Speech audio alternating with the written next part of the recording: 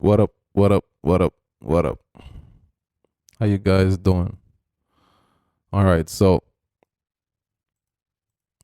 from season 4, episode 4, we see Boyd struggling to understand why he keeps seeing Abby's ring, right? Which is an infinity ring, right? We see the infinite symbols inside, and it just reminded me that we're one step closer to my zombie theory being fulfilled. My first video on this channel was a video about zombies, right? Brick gave me a clue and Abby gave me a clue. I know a lot of people think that that was a vision that Boyd had, but I don't think it was a vision. I think it was real, right? Episode called Myth and Monsters, right? Myth and monsters. And then you get grabbed by your dead wife, right? So let's talk about it. Let's talk about what an infinity ring is. An infinity ring, a spiritual infinity ring, symbolizes eternal connection, limitless potential, and the never ending cycle of life, death, and rebirth, right? Anything that had life and died and then come back to life, we classify that as a zombie, right? So, using my 3 clues, the Brick scene where Randall was stepping over Brick and Brick opens his mouth and then the rat jumps out. I was listening closely and I heard air being exhaled, right? There's no reason for a dead corpse to be exhaling air, right? So Brick gave me a clue, and then Abby grabbing Boyd's hand strengthened that clue. And then this episode, right, made that clue into a reality, right? Everything about infinity suggests never ending or continuous connection, and is connected to Abby's ring, right? Boyd, for weeks, been asking Abby, give me a clue, give me a clue, give me a clue. Well, now you have a clue. That's the clearest clue you can get. A ring, right? To death do us part, but guess what? I ain't dead. I ain't dead, right? Right now, we're just waiting for a trigger. That's what I can't seem to find, but I'm going to find it. There's a trigger of why we've never seen zombies before. I think it happens after something, but it has to be something major. Something has to be broken. A spell has to be broken or something where they're allowed to come back to the realm, right? I think the creatures, the vampires, I think they know about the zombies. And in my theory about zombies, I think the creatures eat the insides of everybody that they find for a reason. They don't just do it. It's not like they're drinking blood. They're eating the entire system that should make you work, right? I think they know if the zombies come, they can't compete with the zombies, right? Maybe they're enemies or some crap. I don't know.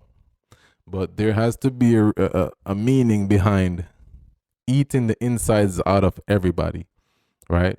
That's dead. Even if they did not kill that person, they still eat the insides. Why? Because there comes a time when anybody who has died without having their insides eaten will get a chance to come back. I just can't find the trigger. So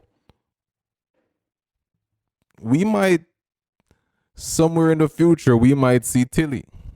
We might see Tilly again. We might see Father Khatri. We might see Pastor Dunn. We might see Eric. Eric hung himself, right? We might see Nikki. That's the girl who Acosta shot when She came to Colony House for the first time, and maybe we'll see Dale. Right now, Dale is in the pool, and there's a stack of stones, um, right in front of where he is. Right, when the day comes where those stones are like scattered, we know what's up. Right, zombies are coming, bro. I'm telling you. If zombies don't come, something's wrong.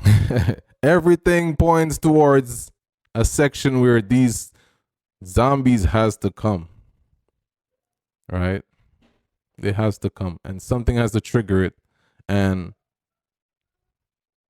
it's gonna go real spooky after that, because zombies might not be stopped by talismans. They might not be stopped by totems.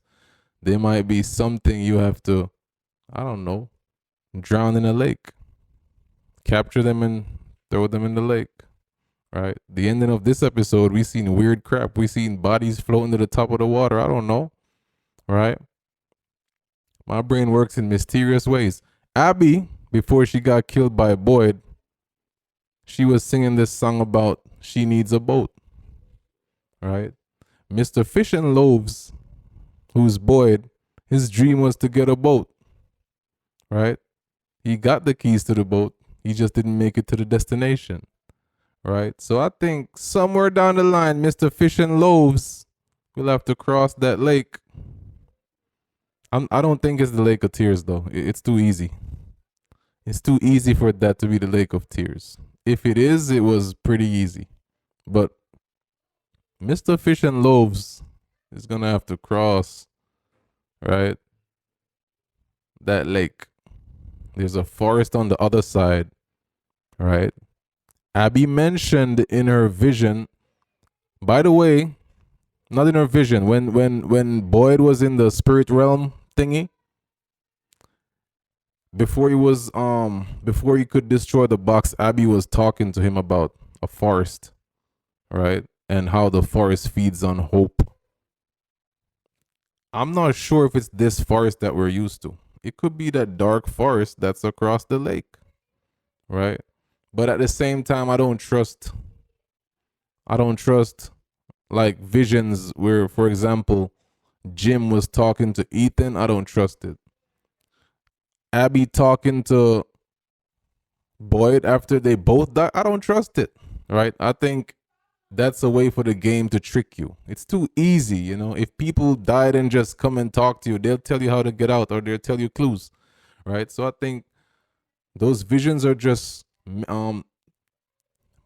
parts of the game, you know, mechanical parts that try to defend itself or tries to lead you astray. But yeah, keep it locked in. Right now, we're waiting for the trigger, right? We need to find the trigger. And as soon as we find a trigger for these zombies, you're going to see zombies, right? And when you see zombies, you come to this video and you leave a like and you leave a comment and you subscribe and you tell all your friends, right? All right, take care.